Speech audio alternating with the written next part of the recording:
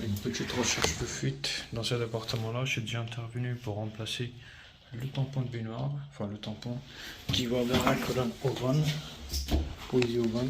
Donc là, je vous fais voir à peu près. Voyez, en bas, au fond, j'avais remplacé le tampon.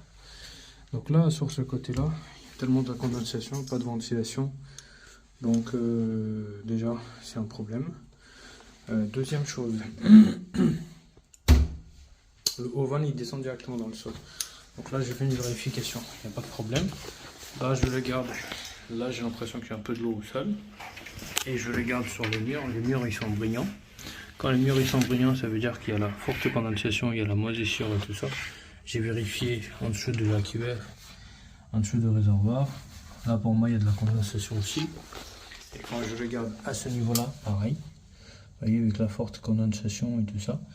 Mais le problème, c'est que là, les gens, les habitants, ils disent qu'il y a de l'eau qui sort par là. Donc, je retire. C'est trompé.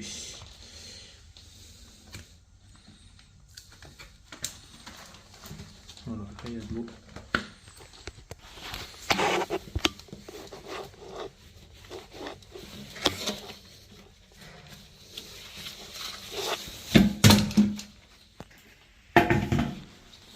Quand je regarde l'état de l'appartement, l'état de sol, c'est vraiment de catastrophe.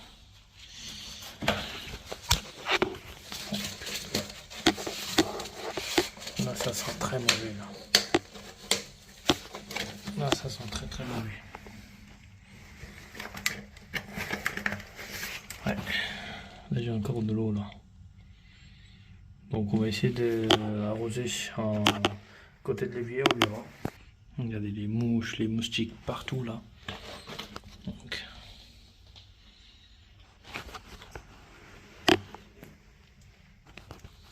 Là, on a demandé d'actionner le évier. Et puis, bah, on va voir si ça vient de l'évacuation de l'évier. On va comprendre ça tout de suite. Si c'est l'évacuation de l'évier, ça sera le tampon qui est là.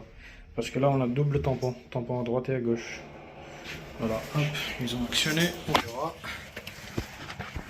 Tout de suite le résultat. Il y a quelque chose là.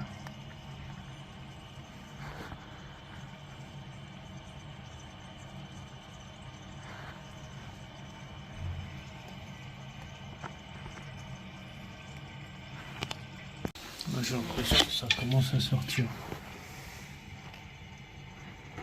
Ouais, ça commence à sortir, exact. Exactement, ça commence à sortir. On fait la réparation, cette fois-ci sur le tampon qui est encastré dans le sol. Voilà. Donc regardez l'état derrière le WC, ça a pris énormément de moisissure. Les traces des champignons, et là j'avais même filmé une partie là, ici, que je voyais des petits champignons qui bougeaient.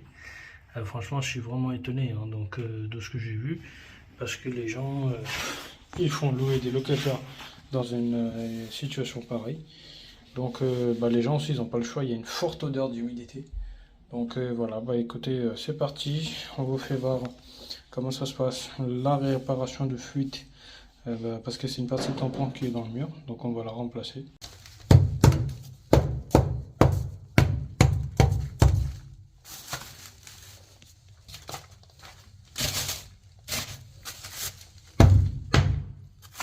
Voilà, donc là on a préparé notre accès.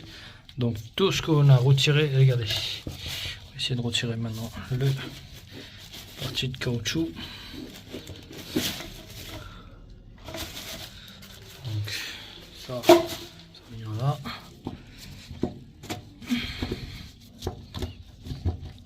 Hop, et voilà, regardez. Vous voyez, ça c'est le plus gros problème, ça. Chaque fois qu'il y a un truc, et ça fuit sur ce secteur-là.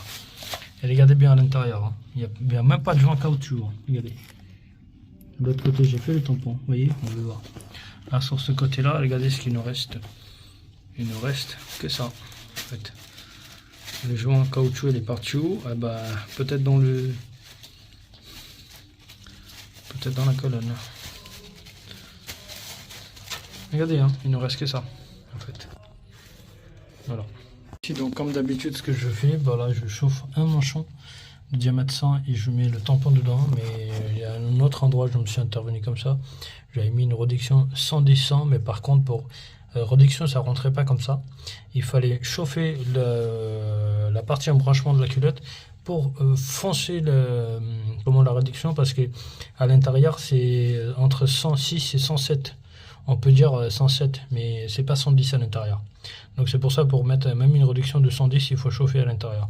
Donc comme une manchon de 200, elle rentre plus ou moins facilement en chauffant un tout petit peu, donc je l'ai chauffé, j'ai mis le manchon et après j'ai rentré le tampon. Donc là, il manque plus qu'à faire les raccordements et c'est fini.